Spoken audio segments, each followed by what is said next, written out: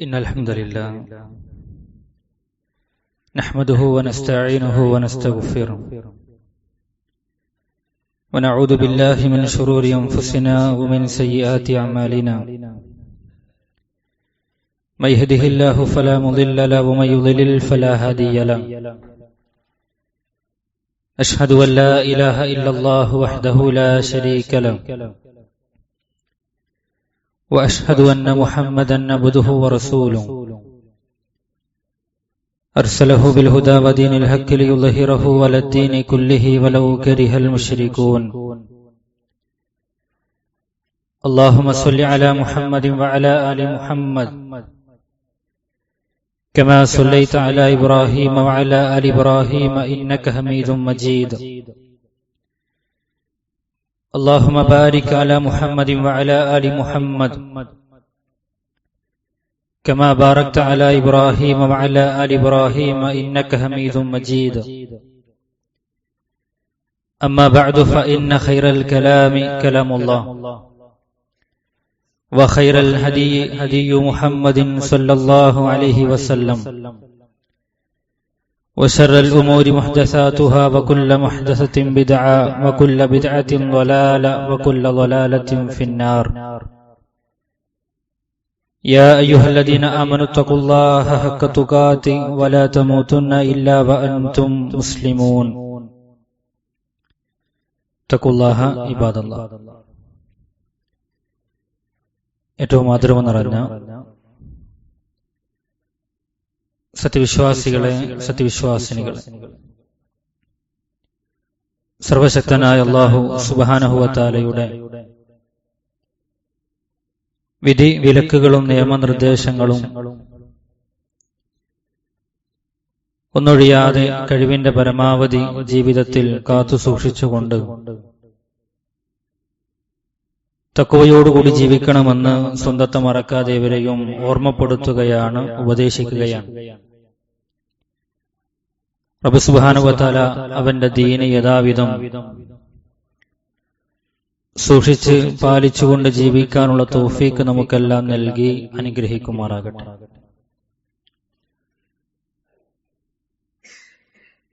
ഒരു പുതിയ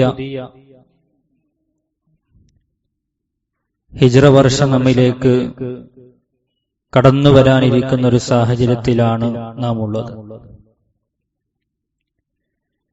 ഹിജ്റ 1446 വിട പറയുകയും 1447 നമ്മൾ പ്രവേശിക്കാനിരിക്കുന്ന ഈ ഒരു സമയത്ത് നമ്മുടെ മനസ്സിലുണ്ടാകേണ്ട ഒട്ടനേകം ചിന്തകൾ, ആലോചനകൾ, അഥവാ ഒരു വർഷം നമ്മിൽ നിന്ന് കൊഴിഞ്ഞുപോയി ഒരുപാട് കാര്യങ്ങൾക്ക് സാക്ഷിയായി പുതിയൊരു വർഷത്തിലേക്ക് നമ്മൾ കടക്കുമ്പോൾ അല്ലാഹു സുബ്ഹാനഹു വ തആല നമുക്ക് നിശ്ചയിച്ച നമ്മുടെ മണ്ണ്, നമ്മുടെ മരണം, അതിലേക്ക് നമ്മുടെ ദൂരം കുറഞ്ഞുകൊണ്ടിരിക്കുകയാണ്. നമുക്ക് അല്ലാഹു വിധിച്ച സമയം, മരണം, അതിലേക്ക് നമ്മൾ അടുത്തുകൊണ്ടിരിക്കുകയാണ്. അതുകൊണ്ട് തന്നെ ജീവിതത്തെക്കുറിച്ചുള്ള ഒരു വീണ്ടും വിചാരവും ഒരു പുനർവായനയും നടത്തേണ്ട സന്ദർഭത്തിലാണ്, സാഹചര്യത്തിലാണ് നാം ഏവരുമുള്ളത്. എന്ന് മാത്രമല്ല, നമ്മൾ എണ്ണാറുള്ളത്, പറയാറുള്ളത് ഹിജ്റ വർഷം, ഹിജ്റ മാസം എന്നെല്ലാമാണ്. അതുകൊണ്ട് തന്നെ എന്താണ് ഹിജ്റ എന്നും അതിലൂടെ നമുക്ക് കിട്ടുന്ന പാഠങ്ങൾ എന്ത് എന്നും കൃത്യമായി മനസ്സിലാക്കൽ നമ്മുടെ ജീവിതത്തിൽ ഏറ്റവും പ്രധാനമായും ഉണ്ടാകേണ്ടതാണ്. റസൂലുള്ളാഹി സ്വല്ലല്ലാഹു അലൈഹി വസല്ലമ തങ്ങളുടെ വഫാത്തിന് ശേഷം അബൂബക്കർ സിദ്ദീഖ് റളിയല്ലാഹു അൻഹുവിന്റെ ഭരണം കഴിഞ്ഞ് ഉമർ ഇബ്നുൽ ഖത്താബ് റളിയല്ലാഹു അൻഹുവിന്റെ കാലഘട്ടത്തിലാണ് വ്യവസ്ഥാപിതമായി നമുക്ക് കാലഗണന കണക്കാക്കി തുടങ്ങാം എന്ന ചർച്ചകൾ നടക്കുന്നത്. കാരണം അദ്ദേഹത്തിന്റെ കാലഘട്ടത്തിൽ കത്തുകൾ വ്യാപകമായിരുന്നു എന്ന് ചരിത്രങ്ങളെ വായിക്കുമ്പോൾ നമുക്ക് മനസ്സിലാക്കാൻ സാധിക്കും. അതുകൊണ്ട് തന്നെ അവർക്കിടയിൽ ഒരു ചർച്ച നടന്നു. ഈ കത്തുകൾ എന്ന് വന്നതാണ് എന്ന് തിരിച്ചറിയാൻ വേണ്ടി മാസങ്ങളും വർഷങ്ങളും നമ്മൾ എങ്ങനെയാണ് കണക്കാക്കുക? പലരും പല അഭിപ്രായങ്ങൾ പറഞ്ഞു. റസൂലുള്ളാഹി സ്വല്ലല്ലാഹു അലൈഹി വസല്ലം തങ്ങളുടെ വഫാത്ത് വെച്ച് തുടങ്ങാം. വ്യത്യസ്തങ്ങളായ അഭിപ്രായങ്ങളാണ്. അവസാനം എല്ലാവരും ഏകോപിച്ച് ഒരുമിച്ചെടുത്ത ഒരു തീരുമാനമുണ്ട്. നബി സല്ലല്ലാഹു അലൈഹി വസല്ലം തങ്ങളുടെ ഹിജ്റ അവിടെ തൊട്ട് നമുക്ക് തുടങ്ങാമെന്നതാണ്. കാരണം അറബികളെ സംബന്ധിച്ചിടത്തോളം അവർ യാത്ര പോകുന്നവരാണ്. ഹിജ്റയ്ക്ക് മുമ്പും ഒരുപാട് യാത്രകൾ അറബികൾ നടത്തിയിട്ടുണ്ട്. എന്നാൽ ഹിജ്റ എന്നത് കേവലം ഒരു നാട് വിട്ട് മറ്റൊരു നാട്ടിലേക്ക് പോയ പലായനമല്ല, യാത്രയല്ല എന്ന് നമുക്കറിയാം. ഒരു പറിച്ചു നടലാണ്. ഹിജ്റയുടെ ചരിത്രം നമ്മൾ വായിക്കുമ്പോൾ ഒരു ത്യാഗത്തിന്റെ ഓർമ്മകളാണ് ഹിജ്റ നമുക്ക് നൽകുന്നത്. അതുകൊണ്ടാണ് അല്ലാഹു സുബ്ഹാനഹു വ തആല വിശുദ്ധ ഖുർആനിൽ പറഞ്ഞു, ഇന്നല്ലദീന ആമനു വല്ലദീന ഹാജറു വജാഹദു ഫീ സബീലില്ലാഹ്. വിശ്വസിക്കുകയും ആ വിശ്വാസം ഉണ്ടായിരിക്കെ അല്ലാഹുവിന്റെ മാർഗത്തിൽ ജിഹാദിൽ ഏർപ്പെടുകയും സ്വദേശം വെടിയുകയും ചെയ്യുന്ന ആളുകൾ. ഹിജ്റ എന്ന് മതത്തിന്റെ ഭാഷയിൽ നമ്മൾ പറഞ്ഞാൽ സ്വദേശം വെടിയലാണ്. ജനിച്ചു വളർന്ന നാട് വിട്ട് മറ്റൊരു നാട്ടിലേക്ക് തന്നെ പറിച്ചു നടലാണ്.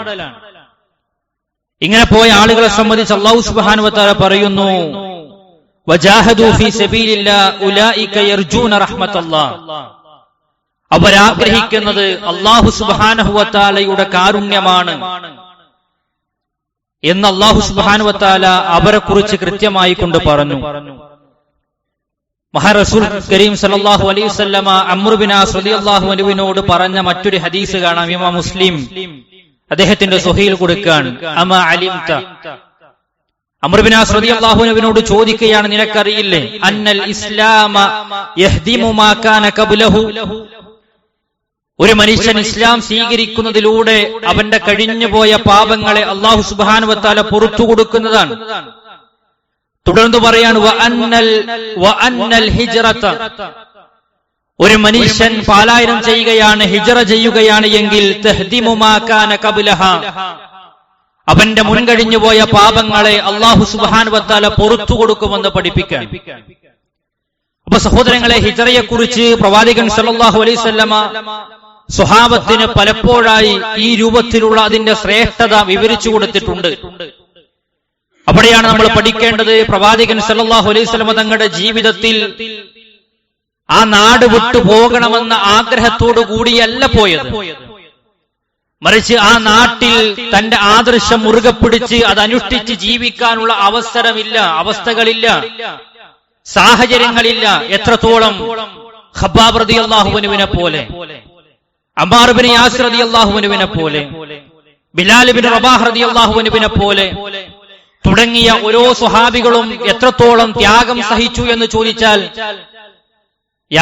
പിന്നെ യാസിർ കുടുംബത്തെ പീഡിപ്പിക്കുന്നത് കാണുമ്പോൾ പ്രവാചകൻ സല്ലല്ലാഹു അലൈഹി വസല്ലമ അവരോട് പറയുന്നുണ്ട്, നിങ്ങൾ ക്ഷമിച്ചോളൂ, സ്വർഗ്ഗം നിങ്ങളെ ഇന്ന മൗഇദകുമുൽ ജന്ന, സ്വർഗ്ഗം നിങ്ങളെ പൂതിയോടുകൂടി കാത്തിരിക്കുന്നുണ്ട് എന്നാണ്. കഅബയുടെ തണലിൽ നബി സല്ലല്ലാഹു അലൈഹി വസല്ലമ തങ്ങൾ ഇരിക്കുന്ന സമയത്താണ് ഖബ്ബാബ് റളിയല്ലാഹു അൻഹു കടന്നു വന്നത്. ചോദിച്ചു, നബിയെ, ഇനി എപ്പോഴാണ് അല്ലാഹുവിന്റെ സഹായം? പ്രവാചകൻ സല്ലല്ലാഹു അലൈഹി വസല്ലമ തങ്ങൾ അദ്ദേഹത്തിനോട് പറയുന്നത്, താങ്കൾ ക്ഷമിക്കണം, വെറുതെ സ്വർഗ്ഗത്തിൽ പോകാൻ കഴിയില്ല എന്നതാണ്. ഈ ത്യാഗങ്ങളും ഈ നൊമ്പരങ്ങളും കഴിഞ്ഞ് അല്ലാഹു സുബ്ഹാനഹു വ തആല പ്രവാചകൻ സല്ലല്ലാഹു അലൈഹി വസല്ലമ തങ്ങൾക്ക് ഹിജ്റക്കുള്ള അനുവാദം നൽകുമ്പോൾ, പ്രിയപ്പെട്ടവരെ, മഹാനായ അലി റളിയല്ലാഹു അൻഹുവിനെ തന്റെ വീട്ടിൽ കിടത്തി, തന്റെ പുതപ്പിൽ കിടത്തി നബി സല്ലല്ലാഹു അലൈഹി വസല്ലമ തങ്ങൾ പോകുന്ന രംഗം. അബൂബക്കർ സിദ്ദീഖ് റളിയല്ലാഹുവിന്റെ വീട്ടിലേക്കാണ് റസൂലുള്ളാഹി ആദ്യം ചെന്നത്. അവിടെ രണ്ട് മഹദികളുണ്ട്, ആയിഷ റളിയല്ലാഹു അൻഹ, അസ്മാ റളിയല്ലാഹു അൻഹ. അവര് പറയാണ്, ഞങ്ങളുടെ വീട്ടിലേക്ക് സാധാരണഗതിയിൽ നബി കരീം സല്ലല്ലാഹു അലൈഹി വസല്ലം തങ്ങൾ വരാത്തൊരു സമയത്താണ് വന്നത്. പ്രവാചകൻ സല്ലല്ലാഹു അലൈഹി വസല്ലം തങ്ങൾ വന്ന് അബൂബക്കർ സിദ്ദീഖ് റളിയല്ലാഹു അൻഹുവിനോട് ഈ നാട് വിട്ടു പോകണമെന്ന് അള്ളാഹുവിന്റെ കൽപ്പനയുണ്ട് എന്ന് പറയുമ്പോൾ അബൂബക്കർ സിദ്ദീഖ് റളിയല്ലാഹു അൻഹു എടുത്ത വഴിക്ക് ചോദിച്ചത്, പ്രവാചകരെ, താങ്കൾക്ക് ഹിജ്റയിൽ ആരാണ് കൂട്ടുകാരൻ എന്നാണ്, ഞാനും കൂടെ വരട്ടെ എന്നാണ്. അതേ, താങ്കളാണ് എന്ന് പറയുമ്പോൾ നബി സല്ലല്ലാഹു അലൈഹി വസല്ലം തങ്ങളുടെ ഈ അനുവാദം കേട്ടിട്ട് അദ്ദേഹം കരഞ്ഞു എന്ന് ആ മഹദികൾ രേഖപ്പെടുത്തുകയാണ്. അവർ പറഞ്ഞില്ലേ, സന്തോഷം വന്നാലും ഒരു വ്യക്തി കരയുമെന്ന് ഞങ്ങൾ മനസ്സിലാക്കിയത് ആ പിതാവിന് ആ സന്ദർഭത്തിലുണ്ടായ ആ ഒരു കണ്ണുനീര് കണ്ടുകൊണ്ടാണ് എന്ന് ആ മഹദികൾ ലോകത്തോട് വിളിച്ചു പറയാൻ. നിങ്ങൾ നോക്കൂ, പ്രവാചകൻ സല്ലല്ലാഹു അലൈഹി വസല്ലം തങ്ങൾ പോകുന്നതിന്റെ മുന്നേ തന്നെ പോയ പലരുമുണ്ട്.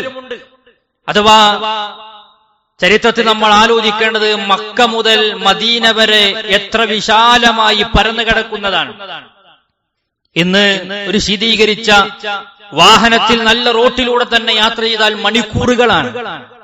എന്നാൽ മഹദിയായ ഉമ്മു സലമ റളിയല്ലാഹു അൻഹ, ഒരു മഹദി, ഒരു സ്ത്രീ ഒറ്റയ്ക്ക് യാത്ര ചെയ്യുന്നുണ്ട്. ആ മഹദിയുടെ പ്രത്യേകത, കയ്യിൽ ഒരു ചോര പൈതലുമുണ്ട്. ആ ചോര പൈതലിനെ മാറോട് ചേർത്തു പിടിച്ച് ആ മഹദി ഒറ്റക്ക് പോകുന്ന സമയത്ത് വിളിച്ചു പറയാണ്, വമാ മഈ അഹദും മിൻ ഖൽഖില്ലാ, അള്ളാഹുവിന്റെ പടപ്പുകളിൽപ്പെട്ട ഒരാളും എന്റെ കൂടെയില്ല എന്ന. പ്രിയപ്പെട്ടവരെ, എന്തിനാണ് പോയത്? എന്തിനാണ് പോയത്? സ്വാർത്ഥമായ വല്ല താല്പര്യങ്ങളും സാമ്പത്തികമായ വല്ല നേട്ടവും അത് കൊതിച്ചുകൊണ്ടല്ല പോയത്. മഹാനായ സുഹൈബ് റൂമി റളിയല്ലാഹു അൻഹു, അദ്ദേഹം റോമക്കാരനല്ല, മക്കക്കാരൻ തന്നെയാണ്. ചെറിയ പ്രായത്തിൽ അദ്ദേഹത്തെ ഒരു കൊള്ള സംഘം വന്ന് റോമിലേക്ക് അദ്ദേഹത്തെ തട്ടിക്കൊണ്ടുപോയതാണ്. അദ്ദേഹം കുറച്ച് പ്രായമെത്തിയപ്പോൾ അവിടുന്ന് രക്ഷപ്പെട്ട് വീണ്ടും മക്കയിലെത്തി. മക്കയിലെ വലിയ ധനാഢ്യനായി, സമ്പത്തിന്റെ ഉടമസ്ഥനായി അദ്ദേഹം മാറി. അദ്ദേഹം ഹിജ്റ പോകാൻ നിൽക്കുന്ന വേളയിൽ ശത്രുക്കൾ തടഞ്ഞു. താങ്കൾ ഇവിടെ വന്നത് ഒന്നുമില്ലാത്തവനായിക്കൊണ്ടാണ്, അതുകൊണ്ട് തന്നെ ഈ സമ്പത്തുമായി താങ്കൾ ഈ നാട് വിട്ടുപോകാൻ ഞങ്ങൾ സമ്മതിക്കുകയില്ല എന്ന് പറഞ്ഞപ്പോൾ മഹാനായ സുഹൈബ് റൂമി റളിയല്ലാഹു അൻഹു അദ്ദേഹം അവരെ എതിർക്കുകയും അവസാനം അദ്ദേഹം വീട്ടിൽ ബഹിഷ്കരിക്കപ്പെടുകയും ചെയ്തു. അദ്ദേഹത്തെ പുറത്തിറങ്ങാൻ സമ്മതിക്കുന്നില്ല. അദ്ദേഹം ഒരു തന്ത്രം പ്രയോഗിച്ചു. മലമൂത്ര വിസർജനം നടത്തണമെന്ന് പറഞ്ഞു പുറത്തേക്കിറങ്ങും, വീണ്ടും ഉള്ളിലേക്ക് കയറും, വീണ്ടും പുറത്തേക്കിറങ്ങും, വീണ്ടും ഉള്ളിലേക്ക് കയറും. ഉള്ളിലേക്ക് കയറാനുള്ള കാരണം, മലമൂത്ര വിസർജനമെന്ന് പറഞ്ഞു പുറത്തിറങ്ങിയാലും അദ്ദേഹത്തിന്റെ പുറകെ ആളുണ്ടാകും. അവസാനം അദ്ദേഹം ഒരു തന്ത്രം പ്രയോഗിച്ചത് ഇങ്ങനെ തുടരെ പറഞ്ഞപ്പോൾ ശത്രുക്കൾ പറഞ്ഞു, ഇതിൽ ആത്തയുടെയോ ഉസ്സയുടെയോ കുരുത്തക്കേട് പറ്റിയിട്ട് അദ്ദേഹത്തിന് എന്തോ വയറിന് അസുഖം ബാധിച്ചതാണ്, ഇനി സുഹൈബ് പോയി വരട്ടെ എന്നാണ്. അവസാനം അദ്ദേഹം വീട് വിട്ടിറങ്ങി മദീനയിലേക്കുള്ള വഴിയിൽ അദ്ദേഹം യാത്ര ചെയ്തു. ഇദ്ദേഹത്തിന്റെ തിരിച്ചുവരവ് കാണാതായപ്പോൾ ശത്രുക്കൾക്ക് മനസ്സിലായി ഇദ്ദേഹത്തിന്റെ ഒരു തന്ത്രമായിരുന്നു അത് എന്നാണ്. ഇവർ ആ വഴിയിലൂടെ ചെന്ന് അദ്ദേഹത്തിന്റെ മുന്നിലേക്കെത്തി. അവസാനം സുഹൈബ് റൂമി റളിയല്ലാഹുവിന്റെ യാത്ര അവിടെയും തടുക്കുന്ന അവസ്ഥയിലേക്ക് എത്തിയപ്പോൾ തന്റെ കയ്യിലുണ്ടായിരുന്ന 40 അമ്പുകൾ അദ്ദേഹം നിരത്തി വെച്ചുകൊണ്ട് പറഞ്ഞു, എന്നെയാണ് നിങ്ങൾക്ക് ആവശ്യമെങ്കിൽ ഈ അമ്പുകൾ നിങ്ങൾക്കെതിരെ ഞാൻ പ്രയോഗിക്കും. അതല്ല, എന്റെ സമ്പത്താണ് നിങ്ങൾക്ക് ആവശ്യമെങ്കിൽ മക്കയിൽ ഇന്ന വീടുകളിൽ, കുടിലുകളിൽ, സ്ഥാപനങ്ങളിൽ സുഹൈബിന്റെ സമ്പത്തുണ്ട്, നിങ്ങൾക്കതെടുക്കാം, എന്നെ നിങ്ങൾ വെറുതെ വിടണമെന്നാണ്. അവർക്ക് സമ്പത്താണ് ആവശ്യം. മഹാനായ സുഹൈബ് റൂമി റളിയല്ലാഹു അൻഹു അവർ വെറുതെ വിട്ടു. പ്രിയപ്പെട്ടവരെ, അദ്ദേഹം മദീനയിലേക്ക് എത്തുമ്പോൾ പ്രവാചകൻ സല്ലല്ലാഹു അലൈഹി വസല്ലം തങ്ങൾ അദ്ദേഹത്തിന്റെ വരവ് കണ്ടിട്ട് പറയുന്നുണ്ട്, റബിഹ സുഹൈബ്, ലാഭമുള്ള കച്ചവടമാണ് നടത്തിയത്. അദ്ദേഹത്തെ കുറിച്ച് വിശുദ്ധ ഖുർആൻ പറഞ്ഞു, വമിനന്നാസ്, ജനങ്ങളുടെ കൂട്ടത്തിൽ ചില വ്യക്തികളുണ്ട്, മയശ്രീ നഫ്സഹു ഇബ്തിഗാഅ മർളാത്തില്ലാ, അല്ലാഹുവിന്റെ തൃപ്തിക്ക് വേണ്ടി സ്വന്തം ശരീരത്തെ വരെ വിൽക്കുന്നവർ. മക്കയിലെ കോടീശ്വരൻ മദീനയിലെ പട്ടിണി പാവമായി ഉഴുതുണിക്ക് മറുതുണിയില്ലാത്തവനായി മാറിയ ചരിത്രമാണ് ഹിജ്റ നമ്മോട് പറയുന്നത്. നോക്കൂ നിങ്ങൾ, റസൂലുള്ളാഹി സ്വല്ലല്ലാഹു അലൈഹി വസല്ലം തങ്ങൾ വീട് വിട്ടിറങ്ങിയിട്ട്, പ്രിയപ്പെട്ടവരെ, അവിടെയും നമ്മൾ ചിന്തിക്കണം, ഒരു വിശ്വാസിയെ സംബന്ധിച്ചിടത്തോളം അവൻ ചെയ്യാനുള്ളത് കൃത്യമായി ചെയ്ത് ബാക്കി റബ്ബിൽ പരമേൽപ്പിക്കലാണ്. തവക്കുലുമുണ്ട്, തവാക്കുലുമുണ്ട്.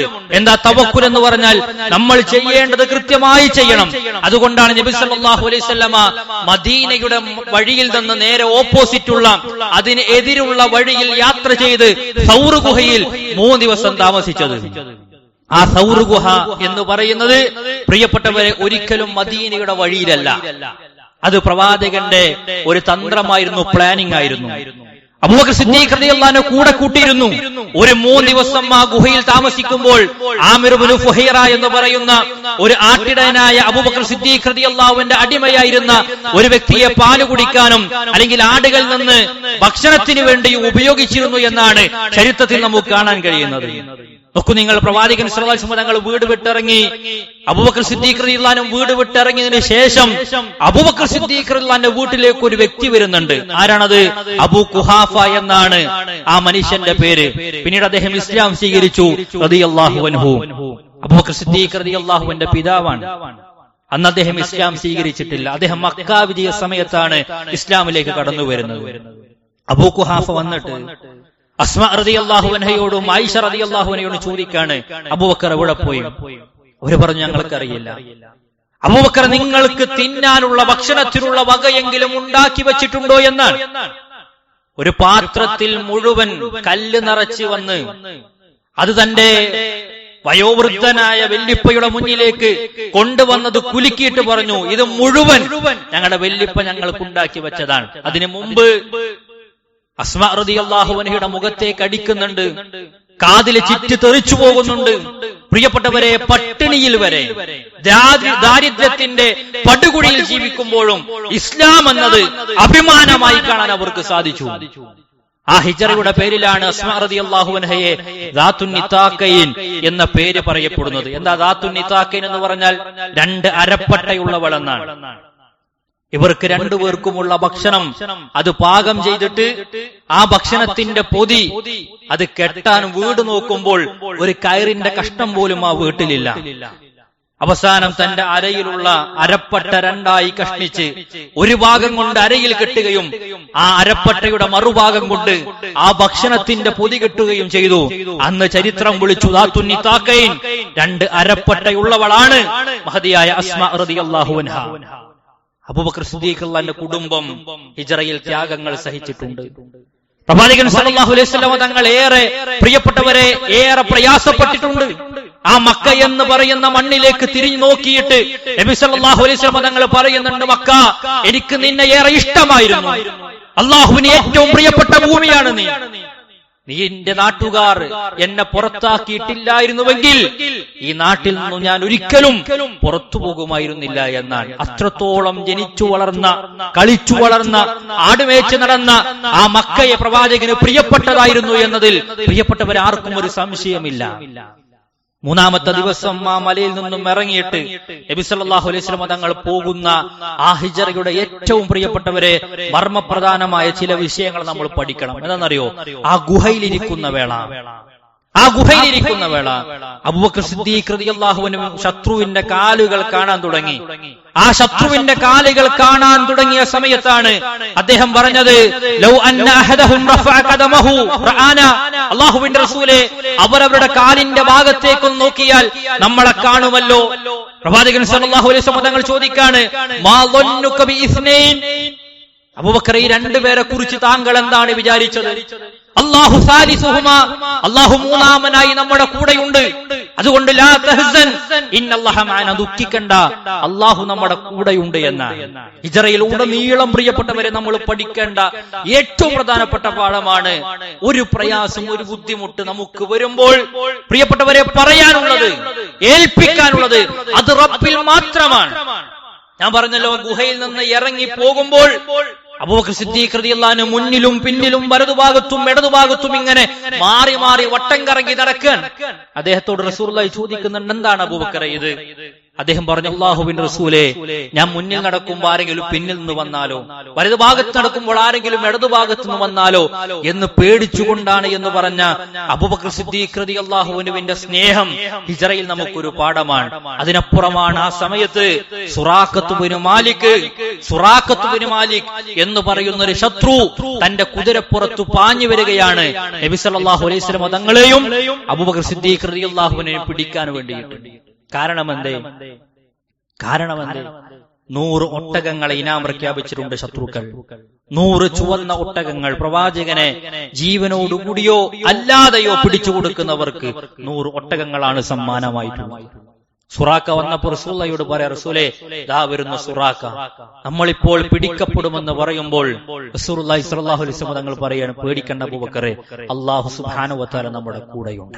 അവസാനം സുറാക്കയുടെ കുതിരയുടെ കാലുകൾ ഭൂമിയിലേക്ക് താഴ്ന്നു പോവുകയും അവസാനം സുറാക്ക പ്രവാചകനോട് എന്നെ ഒന്ന് രക്ഷപ്പെടുത്തണേ എന്ന് പറയുകയും അവസാനം സുറാക്ക പറഞ്ഞു, റസൂലേ എന്നെ രക്ഷപ്പെടുത്തി കഴിഞ്ഞാൽ ഈ വഴിയിൽ വരുന്ന ഏതൊരു ശത്രുവിനെയും ഞാൻ തിരിച്ചുവിടാമെന്ന് പറഞ്ഞ് ശത്രുവിനെ വരെ വിത്രമാക്കി മാറ്റിയ ചരിത്രമാണ് ഹിജ്റ നമ്മോട് പറയുന്നത്.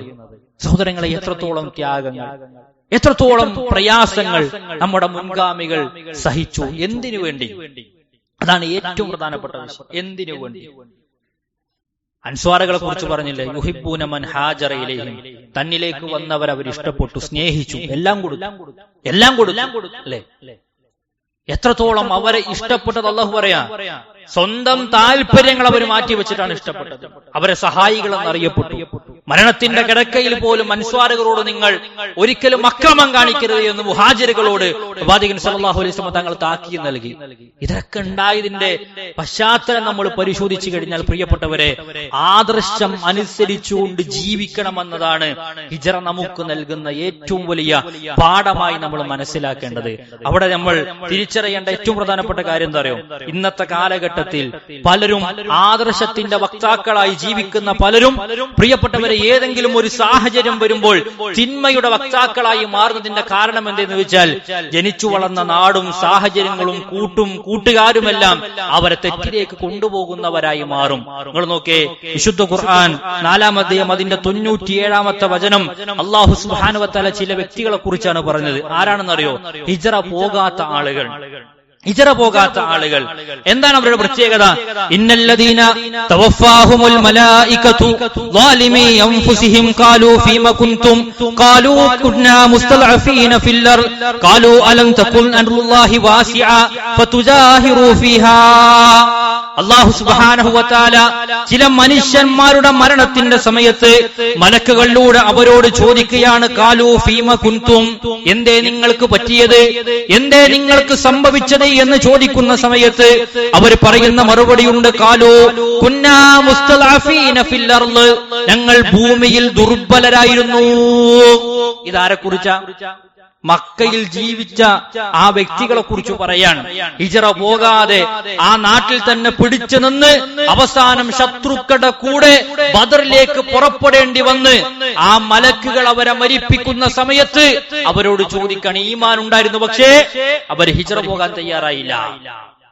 അവരതിൽ തന്നെ പിടിച്ചു നിന്നു. അവസാനം ശത്രുക്കളുടെ കൂടെ അവർ പുറപ്പെടേണ്ടി വന്നു. ബദറിൽ അവർ മരണപ്പെടുന്ന സമയത്ത് മലക്കുകൾ ചോദിക്കാണ്, ഖാലൂ ഫീമ കുൻതും, എന്തേ നിങ്ങൾക്ക് പറ്റിയത്? അവര് പറഞ്ഞു, ഞങ്ങൾ ഈ ഭൂമിയിൽ ദുർബലരായി ജീവിച്ചിരുന്ന മനുഷ്യന്മാരാണ്, ഞങ്ങൾക്ക് ഇവിടെ സ്ഥാനം ഉണ്ടായിരുന്നില്ല, അധികാരങ്ങൾ ഉണ്ടായിരുന്നില്ല, അതുകൊണ്ട് ഞങ്ങൾ ഈ തെറ്റിന്റെ ആളുകളുടെ കൂട്ടത്തിൽ കൂടിയെന്നാണ്. അല്ലാഹു സുബ്ഹാനഹു വ തആല അവരോട് ചോദിക്കാൻ പറയാണ്, ഖാലൂ അലം തകുൻ അർദുല്ലാഹി വാസിഅ, അല്ലാഹുവിന്റെ ഭൂമി വിശാലമായിരുന്നില്ലേ? അല്ലാഹുവിന്റെ ഭൂമി വിശാലമായിരുന്നില്ലേ? ഫതുജാഹിറൂ ഫീഹാ, നിങ്ങൾക്ക് ഹിജ്റ ചെയ്യായിരുന്നില്ലേ? ഉലൈക മഅവാഹു ജഹന്നം, അവർക്ക് നരകമാണുള്ളത്. വസാഅത്തു മസീറ, അതിലവർ നിത്യവാസികളാണ്, അത് ചീത്തയായ സങ്കേതമാണ് എന്ന് അല്ലാഹു സുബ്ഹാനഹു വ തആല പറയാൻ. അതുകൊണ്ട് സഹോദരങ്ങളെ, നമ്മൾ തിരിച്ചറിയേണ്ട ഏറ്റവും പ്രിയപ്പെട്ട ഒരു കാര്യമുണ്ട്, ഏറ്റവും പ്രധാനപ്പെട്ട ഒരു കാര്യം, നമ്മുടെ സാഹചര്യങ്ങൾ, നമ്മുടെ വീട്, നമ്മുടെ കുടുംബം, നമ്മുടെ അയൽവാസികൾ അത് തെറ്റിലേക്ക് നമ്മളെ കൊണ്ടുപോകുന്നതാണെങ്കിൽ അതിൽ നിന്ന് വിട്ടുനിൽക്കൽ ഒരു ഹിജ്റയാണ്. എന്ന് പറഞ്ഞാൽ പ്രവാചകൻ സല്ലല്ലാഹു അലൈഹി വസല്ലം തങ്ങൾ പ്രവാചകനോട് ഒരിക്കൽ ചോദിക്കപ്പെട്ടു, അയ്യുൽ ഹിജ്റതി അഫ്ളൽ, അല്ലാഹുവിന്റെ പ്രവാചകരെ ഏറ്റവും നല്ല ഹിജ്റ ഏതാണ് എന്ന് ചോദിച്ചപ്പോൾ പ്രവാചകൻ പറഞ്ഞു, അൻ തഹ്ജുറ മാ കരിഹ റബ്ബുക അസ്സ വജൽ, അല്ലാഹു സുബ്ഹാനഹു വ തആല അരുതേ എന്ന് പറഞ്ഞതിൽ നിന്ന് വിട്ടുനിൽക്കലാണ് ഏറ്റവും അഫ്ളലായ, ഏറ്റവും ഏറ്റവും ശ്രേഷ്ഠകരമായ ഹിജ്റ എന്ന് പറഞ്ഞാൽ അഥവാ ശിർക്കിൽ നിന്ന് തൗഹീദിലേക്ക് ഹിജ്റ പോകേണ്ടവരാണ് നമ്മൾ. ബിദ്അത്തിൽ നിന്ന് സുന്നത്തിലേക്ക് ഹിജ്റ പോകേണ്ടവരാണ് നമ്മൾ. ചീത്ത കൂട്ടുകെട്ടുകളിൽ നിന്ന് നല്ലവരായ വ്യക്തികളിലേക്ക് കൂട്ടുകളിലേക്ക് വരേണ്ടവരാണ് നമ്മൾ. അധാർമിക പ്രവർത്തനങ്ങളിൽ നിന്ന് ധർമ്മത്തിന്റെ വഴിയിലേക്ക് കൈപിടിച്ചു വരേണ്ടവരാണ് നമ്മൾ. പ്രിയപ്പെട്ടവരെ, നമ്മെ തെറ്റിലേക്ക് നയിക്കുന്നത് ഏതെങ്കിലും ഒരു സമയമാണെങ്കിൽ, ഏതെങ്കിലും ഒരു കൂട്ടുകെട്ടാണെങ്കിൽ, ഏതെങ്കിലും ഒരു ക്ലബ്ബാണെങ്കിൽ, അല്ലെങ്കിൽ ഞാൻ ജോലി ചെയ്യുന്ന സ്ഥലമാണെങ്കിൽ അതിൽ നിന്ന് വിട്ടുനിൽക്കൽ ഒരു ഹിജ്റയാണ് എന്ന് പ്രവാചകൻ സല്ലല്ലാഹു അലൈഹി വസല്ലമ നമ്മളെ പഠിപ്പിക്കുകയാണ്. എന്തിനധികം ഇതിന്റെ പശ്ചാത്തലങ്ങളെ പിടിച്ചുകൊണ്ട് ചില മനുഷ്യന്മാര് പറയലുണ്ട്, ഇന്ത്യ എന്ന് പറയുന്ന ഈ രാജ്യത്തു നിന്നും നമ്മൾ പോകേണ്ടതുണ്ട് എന്ന് വാദിക്കുന്ന മനുഷ്യർ ഇന്നും നമ്മുടെ നാട്ടിൽ വ്യത്യസ്തങ്ങളായ രൂപത്തിലുണ്ട്. പ്രിയപ്പെട്ടവരെ, തിരിച്ചറിയേണ്ടത്, മനസ്സിലാക്കേണ്ടത്, ഇതുപോലെ ദീനനുസരിച്ച് ദീന് പാലിച്ച് ജീവിക്കാൻ ഇവിടെ ഒരു ജനാധിപത്യ രാജ്യമാണെങ്കിൽ പോലും നമുക്ക് കൃത്യമായി അല്ലാഹു സുബ്ഹാനഹു വ തആലയുടെ ദീന് പ്രഖ്യാപിക്കുവാനും അതനുസരിച്ചുകൊണ്ട് ജീവിക്കുവാനും അതുറക്ക സമൂഹത്തിനോട് പറയാനുമുള്ള അവകാശം ഈ നാട്ടിലുണ്ട്. അതുകൊണ്ട് ഈ നാട്ടിൽ നിന്ന് പോകൽ ഒരു ഹിജ്റയായി ഒരിക്കലും ആരും കണക്കാക്കേണ്ടതില്ല. മറിച്ച് തിരിച്ചറിയേണ്ടത്, പ്രവാചകൻ സല്ലല്ലാഹു അലൈഹി വസല്ലം തങ്ങൾ വേറൊരു ഹദീസിൽ പറഞ്ഞു, ഇന്നൽ മുഹാജിറ, ഒരു മുഹാജിർ എന്ന് പറഞ്ഞാൽ മൻ ഹജറ മാ നഹല്ലാഹു അൻഹു, അല്ലാഹു വിലക്കിയതിനെ വെടിയുന്നവനാണ് ഒരു മുഹാജിർ എന്ന് പറഞ്ഞാൽ. അല്ലാഹു വരുതേ എന്ന് പറഞ്ഞതിലേക്ക് ഒരിക്കലും നോക്കിപ്പോകാത്തവർ, കാണരുതേ എന്ന് പറഞ്ഞത് ഒരിക്കലും കാണാത്ത മനുഷ്യന്മാർ, കേൾക്കരുത് എന്ന് പറഞ്ഞതിലേക്ക് കാതുകൾ കൊടുക്കാത്തവർ, സ്പർശിക്കരുത് എന്ന് പറഞ്ഞതിലേക്ക് കൈ കൊണ്ടുപോകാത്തവർ, നടുക്കരുത് എന്ന് പറഞ്ഞതിലേക്ക് കാലുകളെ മുന്നോട്ട് വെക്കാതെ പിന്നെ തിരിഞ്ഞു നടക്കുന്ന മനുഷ്യന്മാർ. പ്രിയപ്പെട്ടവരെ, ഇത്രത്തോളം വ്യക്തമായി പ്രവാചകൻ സല്ലല്ലാഹു അലൈഹി വസല്ലമ ഒരു മുഹാജിറിന്റെ പ്രതിഫലം നമുക്ക് നേടാൻ അല്ലാഹുവിന്റെ റസൂൽ പറഞ്ഞത് വിലക്കിയതിനെ എന്താണോ അത് നമ്മൾ ഒഴിവാക്കുക എന്നതാണ്. അതുകൊണ്ടാണ് പ്രവാചകൻ സല്ലല്ലാഹു അലൈഹി വസല്ലമ ആ സാഹചര്യങ്ങൾ ഒരിക്കലും അനുകൂലമല്ല എന്ന് തിരിച്ചറിഞ്ഞപ്പോ ആ സാഹചര്യങ്ങളെ ഒഴിവാക്കി പോകേണ്ടി വന്നത്. തീർന്നില്ല. പ്രവാചകന്റെ യാത്ര എന്തായിരുന്നു? കേവലം ഒരു യാത്രയല്ല. പ്രിയപ്പെട്ടവരെ, ശത്രുക്കളെ പേടിച്ചു കൊണ്ടുപോകുമ്പോൾ പ്രവാചകൻ സല്ലല്ലാഹു അലൈഹി വസല്ലം തങ്ങൾ കൂടെ കൂട്ടിയത് അബ്ദുല്ലാഹി ഇബ്നു ഉറൈഖിത്ത് എന്ന് പറയുന്ന ഒരു അവിശ്വാസിയായ ഒരു അമുസ്ലിമായ വ്യക്തിയാണ് പ്രവാചകൻ യാത്രക്കാരനായി, വഴിയാത്രക്കാരനായി കൂടെ കൂട്ടിയത്. അമുസ്ലിമീങ്ങളെ കണ്ടാൽ ഇന്നത്തെ മുസ്ലിങ്ങളെ പലരും പരമുഖങ്ങളായി ചിത്രീകരിക്കപ്പെടുന്നത്, അല്ലെങ്കിൽ സോഷ്യൽ മീഡിയകൾ ചിത്രീകരിക്കപ്പെടുന്നത് ഇവിടുത്തെ മുസ്ലിമീങ്ങൾ എന്ന് പറഞ്ഞാൽ അമുസ്ലിങ്ങളെ ഏത് സമയത്തും വെട്ടാനും കുത്താനും കൊല്ലാനും വേണ്ടി കാത്തു പതുങ്ങി നിൽക്കുന്നവരാണ് എന്ന് പറയുമ്പോ പ്രവാചകൻ സല്ലല്ലാഹു അലൈഹി വസല്ലം തങ്ങളാണ് അവിടെയും നമുക്ക് ഉദാത്തമായ മാതൃകയുള്ളത് നമ്മൾ തിരിച്ചറിയണം. ഈ യാത്രയിൽ പോലും പ്രവാചകൻ സ്വീകരിച്ചത്, പ്രിയപ്പെട്ടവരെ, ഒരു അവിശ്വാസിയായ വ്യക്തിയായിരുന്നു എന്നതിൽ ആർക്കും ഒരു സംശയമില്ല. എന്തിനധികം അമാനത്തുകളുടെ വിഷയത്തിൽ പ്രവാചകൻ സല്ലല്ലാഹു അലൈഹി വസല്ലം തങ്ങൾ ഹിജ്റയിൽ മറ്റൊരു പാഠം നമുക്ക് നൽകുന്നുണ്ട്. മറ്റൊരു വ്യക്തി വിശ്വാസപൂർവ്വം ഏൽപ്പിച്ച ഏതൊരു കാര്യവും ഒരു അമാനത്താണ്. ആ അമാനത്ത് തിരിച്ചേൽപ്പിക്കലും ആ അമാനത്ത് കാത്തു സൂക്ഷിക്കലും നമ്മുടെ ഈമാനിന്റെ ഭാഗമാണ്. പ്രവാചകൻ സല്ലല്ലാഹു അലൈഹി വസല്ലം തങ്ങൾ മക്ക വിട്ടു പോകുന്നതിന്റെ മുന്നേ വിശ്വസിച്ചേൽപ്പിച്ച സമ്പത്തുകളും സ്വത്തുക്കളുമെല്ലാം ശത്രുക്കൾക്ക് തിരിച്ചു കൊടുത്തിരുന്നു എന്നാണ്. ലോകത്ത് ഏത് നേതാവിനാണ് പ്രിയപ്പെട്ടവരെ ഇങ്ങനെ സാധിക്കുക? ആട്ടിയോടിച്ച നാട്ടിൽ നിന്ന് പോകുന്ന സമയത്ത് അവിടെ ആട്ടിയോടിപ്പിക്കപ്പെട്ട അല്ലെങ്കിൽ ആട്ടിയോടിക്കുന്നവരുടെ സമ്പത്ത് കയ്യിലുണ്ടായിട്ട് പോലും അത് തിരിച്ചേൽപ്പിച്ച ലോകത്തിന് തുല്യതയില്ലാത്ത മാതൃക പ്രവാചകൻ സല്ലല്ലാഹു അലൈഹി വസല്ലമ നമുക്ക് അവിടെ കാണിച്ചു തരുന്നുണ്ട്. എന്ന് മാത്രമല്ല, ഹിജ്റയിൽ നമ്മൾ പഠിക്കേണ്ട മറ്റൊരു പാഠമുണ്ട്. പ്രവാചകൻ സല്ലല്ലാഹു അലൈഹി വസല്ലമ തങ്ങൾ മദീനയിലേക്ക് എത്തിയതിനു ശേഷം ആദ്യം പണിതത് പ്രവാചകന് സ്വന്തമായൊരു വീടല്ല, സ്വന്തമായൊരു വീടല്ല. പ്രവാചകൻ രണ്ടാമതും പണിതത് സ്വന്തമായൊരു വീടല്ല, മറിച്ച് ഖുബാ എന്ന് പറയുന്ന സ്ഥലത്തേക്ക് എത്തിയപ്പോൾ നബി കരീം സല്ലല്ലാഹു അലൈഹി വസല്ലം തങ്ങൾ അവിടെ ഒരു പള്ളിയാണ് പണിതത്. എല്ലാ ശനിയാഴ്ച ദിവസങ്ങളിലും പിന്നീട് മസ്ജിദുൻ നബവിയിൽ നിന്ന് പ്രവാചകൻ സല്ലല്ലാഹു അലൈഹി വസല്ലം തങ്ങൾ ഖുബാ പള്ളിയിലേക്ക് ചെല്ലാറുണ്ടായിരുന്നു എന്നതാണ്. ആ മസ്ജിദിനെ കുറിച്ചാണ് അല്ലാഹു സുബ്ഹാനഹു വ തആല പറഞ്ഞത്, ലമസ്ജിദുൻ ഉസ്സിസ അല തഖ്വ മിൻ അവ്വലി യൗമിൻ അഹഖു അൻ തഖൂമ ഫീഹി എന്നാണ്. ആദ്യ ദിവസം തന്നെ ഭക്തിയുടെ മേൽ സ്ഥാപിക്കപ്പെട്ട പള്ളിയാണ്, നിന്ന് നമസ്കരിക്കാൻ അർഹതയുള്ളത് എന്ന് പഠിപ്പിച്ചു. ആ പള്ളിക്കൊന്നും ശ്രേഷ്ഠതയുണ്ട്. മൻ തതഹറ ഫീ ബൈതിഹി ثم اتى الى المسجد فصلى ركعتين كاجر عمره.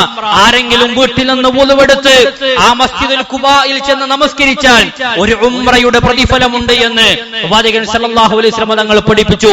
അതുകൊണ്ട് ഒരു വിശ്വാസിയുടെ ഹൃദയം എന്ന് പറഞ്ഞാൽ അത് പള്ളിയുമായി ബന്ധപ്പെട്ടതാണ്. പള്ളിയുടെ കാര്യം സ്വന്തം കാര്യമാണ്. സ്വന്തം വീട്ടിനേക്കാൾ, വീടിന്റെ സൗകര്യങ്ങളെക്കാൾ അവൻ ശ്രദ്ധിക്കുന്നത് പള്ളിയുടെ സൗകര്യങ്ങളും പള്ളിയുടെ നടത്തിപ്പും പള്ളിയുടെ കാര്യങ്ങളുമാണ്. കാരണം അല്ലാഹു സുബ്ഹാനഹു വ തആല പറഞ്ഞില്ലേ, അർശിന്റെ തണൽ കൊടുക്കും. ഒരു 7 വിഭാഗത്തെ കുറിച്ച് പറഞ്ഞപ്പോൾ അതിലൊരു വിഭാഗം പള്ളിയുമായി ഹൃദയബന്ധങ്ങളെ സ്ഥാപിച്ച ആളുകളാണ് എന്ന് പഠിപ്പിച്ചിട്ടുണ്ട്. അത് പ്രവാചകൻ വാക്കാൽ പറഞ്ഞതല്ല, പ്രവർത്തിയാൽ നമുക്കത് കാണിച്ചു തന്നു എന്നതും ഹിജ്റയിൽ നമുക്ക് കിട്ടുന്ന മറ്റൊരു പാഠമായി പ്രിയപ്പെട്ടവരെ നമ്മൾ മനസ്സിലാക്കണം. ഇவ்விதം വിശാലമായി പരന്നു കിടക്കുന്ന ഈ ചരിത്രത്തിന്റെ താളുകൾ, ഹിജ്റയുടെ സംഭവങ്ങൾ നമ്മൾ വായിക്കണം, അറിയണമെന്നതാണ് ഓർമ്മപ്പെടുത്താനുള്ളത്. അല്ലാഹു സുബ്ഹാനഹു വ തആല അത്തരം നല്ല ആളുകളിൽ നമ്മെ എല്ലാം ഉൾപ്പെടുത്തി അനുഗ്രഹിക്കുമാറാവട്ടെ.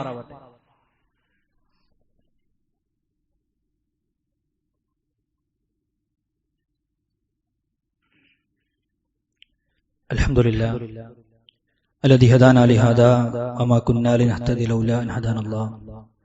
الصلاة والسلام على رسوله الأمين وعلى آله وصحابته ومن والاه وبعد.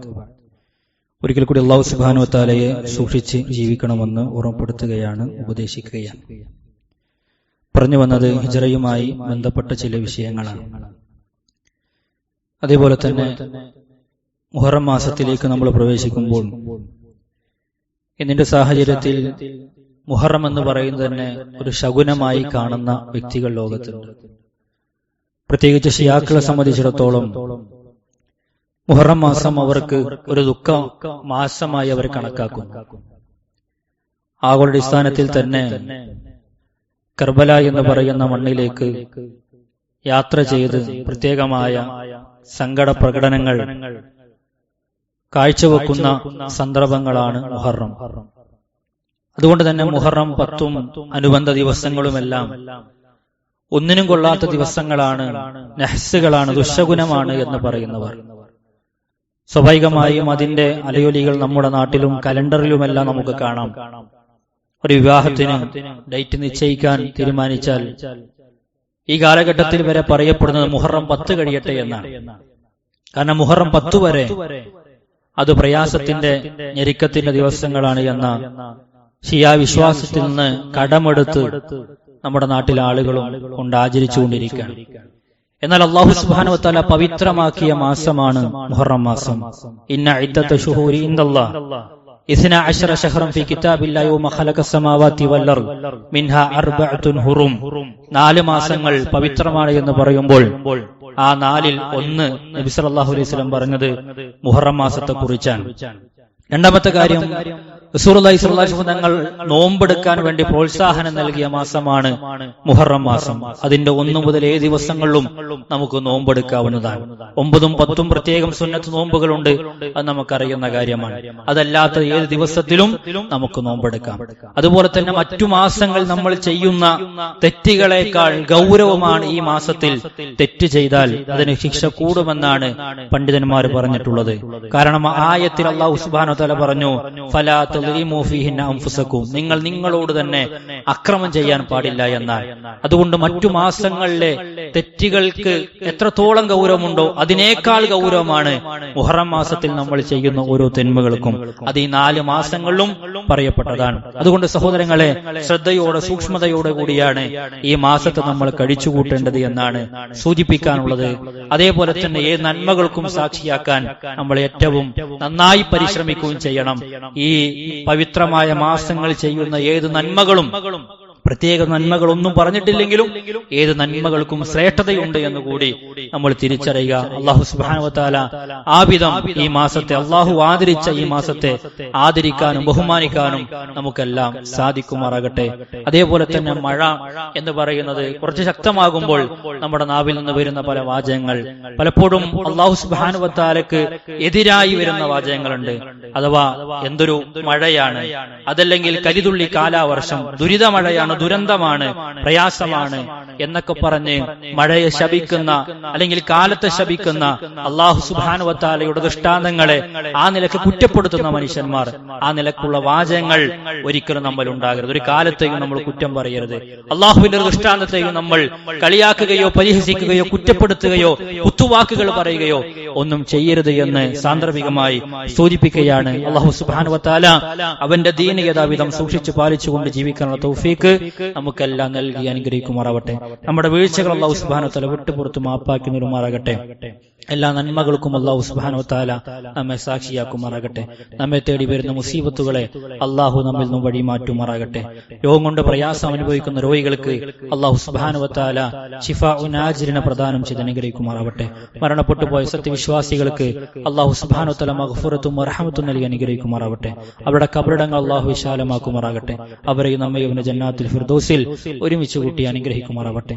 നാളെ സ്വർഗ്ഗത്തിലേക്കും നരകത്തിലേക്കും ആളത്തിരിക്കുന്ന സമയത്ത് സ്വർഗ്ഗത്തിലേക്ക് പോകുന്ന മുത്തഖീങ്ങളിൽ മുഖ്ലിസീങ്ങളിൽ മുവഹിദുകളിൽ അല്ലാഹു നമ്മേവരെയും ഉൾപ്പെടുത്തി അനുഗ്രഹിക്കുമാറാവട്ടെ.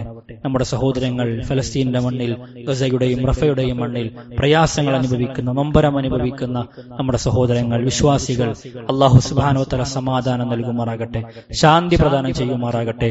നഷ്ടപ്പെട്ടതിനേക്കാൾ ഉത്തമമായതിനെ ഇരു ലോകത്തും അല്ലാഹു സുബ്ഹാനഹു വ തആല അവർക്ക് നൽകി അനുഗ്രഹിക്കുമാറാവട്ടെ. ശത്രുക്കളുടെ കുതന്ത്രങ്ങളിൽ നിന്ന് അല്ലാഹു ഉമ്മത്തിനെ കാത്തു രക്ഷിക്കുമാറാവട്ടെ. പ്രയാസങ്ങൾ അനുഭവിക്കുന്ന ലോകത്തിന്റെ ഏത് ദിക്കിലുമുള്ള മുസ്ലിമീങ്ങൾക്ക് അല്ലാഹു സുബ്ഹാനഹു വ തആല അവന്റെ നിർഭയത്വം നൽകി അനുഗ്രഹിക്കുമാറാവട്ടെ. ഭക്ഷണ വണ്ടികൾ എത്തിയിട്ടില്ല എങ്കിൽ എത്രയോ കുഞ്ഞുങ്ങൾ മരിച്ചു വീഴുമെന്ന നിരന്തര വാർത്തകൾ നമ്മൾ കേൾക്കുന്നു. നമ്മളെപ്പോലെ അല്ലെങ്കിൽ നമ്മുടെ മക്കളെ പോലെ കാണേണ്ടവർ, ഒരു മുസ്ലിമിന്റെ വേദന നമ്മുടെയും വേദനയാണ്. അല്ലാഹു സുബ്ഹാനഹു വ തആല അവരെ എല്ലാ അർത്ഥത്തിലും സഹായിക്കുമാറാവട്ടെ. ഇതേപോലെ തന്നെ സഹായഹസ്തങ്ങൾ അത് കിട്ടിയിട്ടില്ല എങ്കിൽ പല നിലക്ക് പ്രയാസപ്പെടുന്നവർ, ഈ അടുത്ത് വന്ന ഒരു വാർത്ത, ആ നാട്ടിലെ തെരുവ് നായ്ക്കൾ തടിച്ചു കൊടുത്തു എന്നാണ്.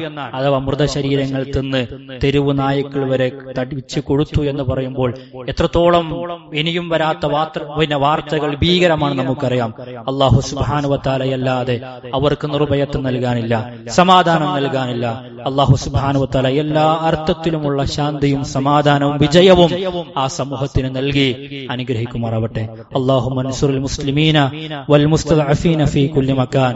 അല്ലാഹുമ്മ അൻസുറിൽ മുസ്ലിമീന വൽ മുസ്തദഅഫീന ഫീ കുല്ലി മകാൻ. അല്ലാഹുമ്മ ഇഗ്ഫിർ للمؤمنين والمؤمنات والمسلمين والمسلمات الأحياء منهم والأموات إنك مجيب دعوات يا قاضي الحاجات. اللهم أجرنا من النار، اللهم أجرنا من النار. ربنا آتنا في الدنيا حسنة وفي الآخرة حسنة وقنا عذاب النار. ربنا تقبل منا إنك أنت السميع العليم وتب علينا إنك أنت التواب الرحيم. آمين آمين برحمتك يا أرحم الراحمين. صلى الله على نبينا محمد وعلى آله وصحبه أجمعين والحمد لله رب العالمين.